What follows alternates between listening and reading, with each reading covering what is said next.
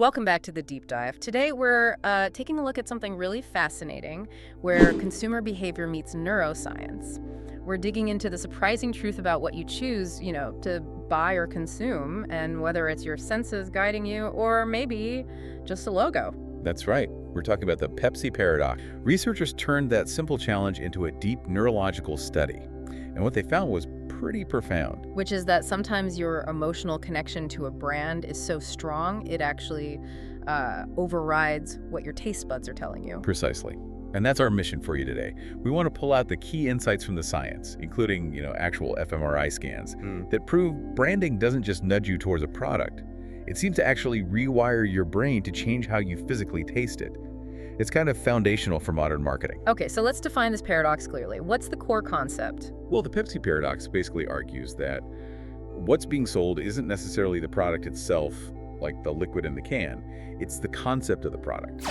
And branding is the tool, the mechanism that shapes and manipulates that idea, that feeling in your mind, long before you even taste anything. Got it. Okay, so let's walk through the experiment, because the simplicity is what makes the outcome so, startling. They started with a classic blind taste test, right? Coke versus Pepsi, but under really strict conditions. Absolutely no branding cues, no labels, no logos, no colors, nothing. Just two identical cups. And people were told, just use your sense of taste. Which one do you prefer, purely on flavor?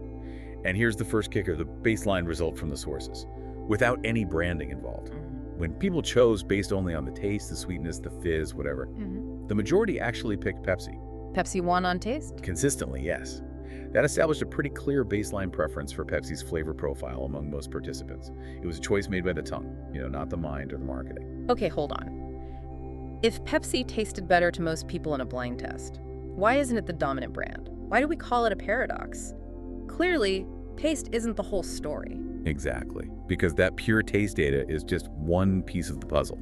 So the researchers then did the crucial next step. Yeah. They ran the test again. Same drinks, same cups, same people. But this time, they put the labels back on. People knew which was Coke and which was Pepsi. And let me guess, the results flipped. Completely. The exact same people who maybe just minutes before had said Pepsi tasted better. Now, seeing the labels, overwhelmingly said they preferred Coke. Wow, that's wild. A total reversal just because they saw the logo. That's the power of perception right there. The key thing for you listening is this. The drink itself, the chemical makeup, didn't change at all. Right. What changed was their experience of the drink. Their perception, triggered by the brand, literally altered how they perceived the flavor. So, okay, the big question then is why?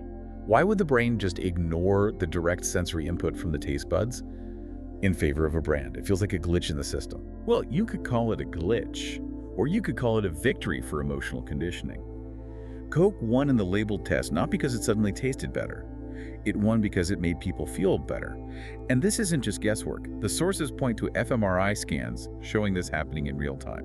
Okay, now we're getting into the neuroscience. So, what did the scans show? So when people drank the colas blind, the brain activity was mainly in a reward center called the ventral striatum. Pretty straightforward pleasure response, like, sweet.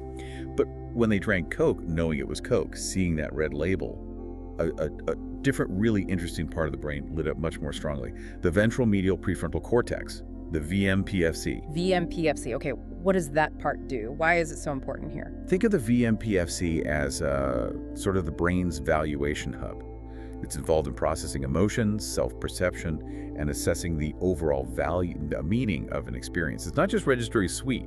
It's integrating that sweet with everything else you associate with memories, feelings, cultural significance. Maybe Christmas, nostalgia, happiness, like you said earlier.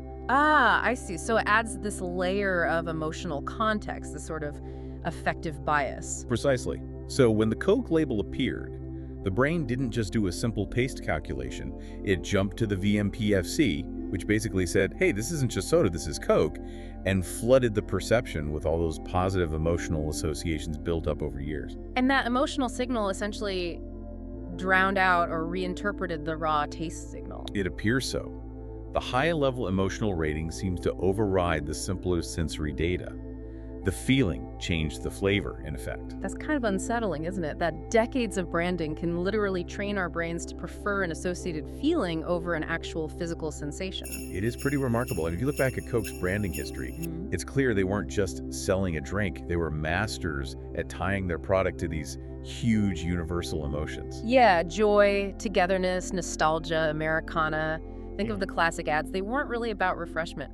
Exactly. They sold moments, feelings, identity. They built this deep reservoir of positive emotional connection in the culture and linked their red logo directly to it. Well, Pepsi was often about, what, being new, the choice of a new generation, competing on taste or being modern. Right. Pepsi often focused on the product, the challenge, the comparison. Coke focused on owning the feeling, the timeless emotional space. So the ultimate secret sauce wasn't the secret formula in the drink. No, it was hijacking your emotions. They built such strong neural pathways between the brand and positive feelings in the VMPFC that seeing the logo preloaded the preference. The decision became emotional, not sensory. It really drives home that branding isn't just advertising, it's actively shaping our perceived reality, even down to taste. Absolutely. So let's zoom out. What does this all mean for you, the listener, navigating the world? The core conclusion from all this research is pretty stark. Brands don't just sell products. Fundamentally, they sell perception, and that perception dictates how you experience the quality, the value, even the physical attributes of the product. And the implications are huge, right? I mean, if this works for something as basic as soda, where the taste difference is, let's be honest, pretty subtle for most people, think about how powerful this effect must be for bigger purchases. Cars, tech, clothes. Exactly. Think about, say, laptops. You might have two machines with nearly identical specs. Maybe one is even technically slightly better on paper or cheaper, the blind taste test winner. But a brand like Apple, for example, often wins the preference battle. Why? Because Apple isn't just selling a computer, they're selling creativity, status, design, simplicity, a whole identity. Right. They've conditioned our VMPFCs, you could say, to associate a higher emotional value with owning their product. Separate from just the processing speed or memory, you're buying the idea of being an Apple user. So it suggests that maybe almost every purchase decision we make has this layer of manipulated perception, this emotional driver that might be stronger than the actual features or quality of the thing itself. It really points in that direction. We think we're making rational choices, comparing features, but often we're responding to deep-seated emotional cues tied to branding. We're buying feelings and identity as much as, or maybe more than, function. So we started this deep dive with a simple taste test between two sodas. And we ended up with brain scans showing that our emotions, heavily influenced by branding, can literally change how we perceive flavor and quality. The brand, in many ways, becomes the product experience. Incredible. So maybe the takeaway for everyone listening is next time you're choosing something, anything, pause for a second. Am I reacting to the thing itself? Or am I reacting to the story, the feeling, the concept that the brand has so carefully built up in my mind? What am I really buying here? That's a great exercise. And maybe one final thought to leave you with, building on all this. If branding and emotional conditioning can effectively rewire something as basic and physical as taste, one of our fundamental senses, what other perceptions might be getting reshaped? Think about more complex things like political ideas, health choices, even how we see other people. Could our emotional responses, conditioned by different kinds of branding, be overriding objective facts there too, without us even noticing? That's a powerful question. The Pepsi Paradox might just be scratching the surface of how our reality gets constructed. It certainly makes you think.